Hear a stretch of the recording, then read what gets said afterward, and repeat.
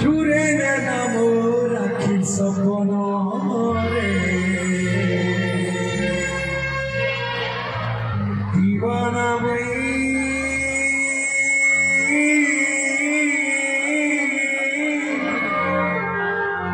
দিল দেছে